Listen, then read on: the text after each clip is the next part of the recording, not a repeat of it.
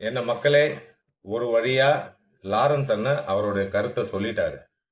அரசியலுக்கு வரப்போறது உறுதின்னு சொல்லியிருக்காரு. அதே சமயத்துல அது மக்களோட முடிவுன்னு சொல்லியிருக்காரு.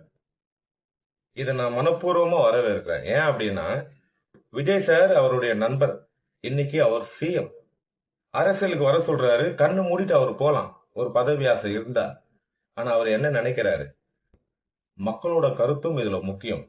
அவங்க என்ன நினைக்கிறாங்கன்றது தெரிஞ்சுக்கணும்னு நினைக்கிறாருல. இது பொது வாழ்க்கை, மக்கள் பணி.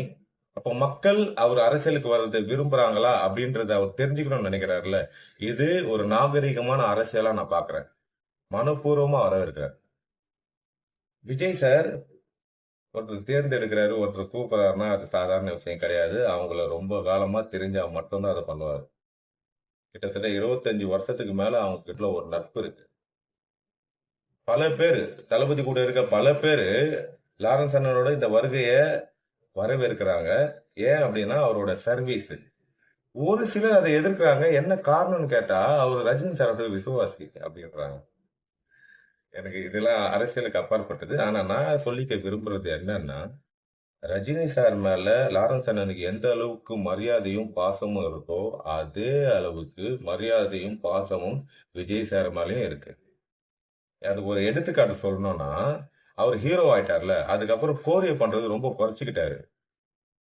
ரஜினி சார் எப்போ கூப்பிடுறாரோ மறுக்காம போவார். அதே மாதிரி விஜய் சார் கூப்பிட்டாருன்னா மறுக்காம போவார். இவங்க 2 பேருக்கு மட்டும் அதை பண்ணுவார். அந்த அளவுக்கு ஒரு டீப்பான பாண்ட் அவங்களுக்குள்ள இருக்கு. இது அரசியலுக்கு அப்பாற்பட்டு சொல்றேன். அரசியலை பொறுத்த வரைக்கும் லாரன்ஸ் அண்ணன் எனக்கு தெரிஞ்சு, பர்சனலா தெரிஞ்சு பொய் சொல்ல மாட்டாரு. பொது வாழ்க்கையில நடிக்க மாட்டாரு. யாரு காசுக்கும் ஆசைப்பட மாட்டாரு. பதவிக்கு ஆசைப்பட மாட்டார். இது எல்லாமே ஒரு நல்ல குவாலிட்டி. ஒரு நல்ல அரசியல்வாதி இந்த காலத்துக்கு வர்றதுக்கான ஒரு நல்ல குவாலிட்டி. லாரன்ஸ் அண்ணனோட இந்த முடிவை மக்கள் சார்பா நான் வரவேற்கிறேன். இதுதான் என்னுடைய கருத்து. நன்றி.